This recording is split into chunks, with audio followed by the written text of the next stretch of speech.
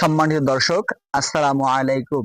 আজকে আমরা ভিডিওর মাধ্যমে যে বিষয়টি জানতে পারবো সেটি হলো, আমরা যদি রাস্তায় কুড়িয়ে টাকা পাই, সেই টাকা কি আমরা নিতে পারবো কিনা, বা সেই টাকা আমরা আমাদের প্রয়োজনে ব্যবহার করতে পারবো কিনা। সম্মানিত দর্শক, কথা আর বাড়াবো না, চলেন আমরা শায়খ আহমদুল্লাহ হুজুরের মুখে থেকে শুনে আসি হুজুর কি বলেন। কুড়িয়ে পাওয়া টাকা, এটা পাইলে বেশি টাকা দিতে হয়, সঠিক না। যে টাকা পাবেন সেটাই দিতে হবে। এখন কত হলো, এটা কি করবেন? ভাই জিজ্ঞেস করছে মসজিদে দান করবেন কিনা। উত্তর হলো মসজিদে দান ধরেই না। এই টাকা যদি আপনি নেন, তাহলে আপনার দায়িত্ব হলো প্রাপক খুঁজে বের করবেন। এবার ঘোষণা দিয়ে থাকেন, ভাই কার টাকা হারাইছে, আমি পাইছি। যে যা পাইছেন ওর আশেপাশে ঘোষণা দিতে থাকবেন।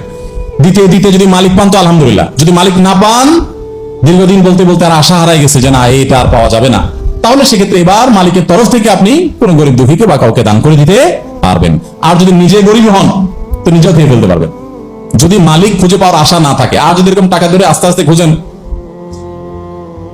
ভাই কারোর টাকা হারাইছে কিনা, ভাই কারোর টাকা হারাইছে কিনা, কারো এভাবে কয়েকবার ভিডিওটা বলেন, বলছি কেউ তো বলে না, তাহলে আমি খাই পালাই, সেটা কিন্তু জায়েজ হবে না। বুঝাচ্ছে কথা? ঘোষণা ভালো করে দিলেন, সব জায়গায় শুনালেন, এরপরে মালিক পাওয়া যাচ্ছে না, তাহলে এবার গরিবকে দান করে দিবেন। আর নিজে যদি গরিব হন, অভাবী হন, নিঃস্ব হন, তাহলে নিজেও খেতে পারবেন। কিন্তু যদি মালিক কখনো পাওয়া যায়, তখন আবার তাকে ফেরত দিতে হবে।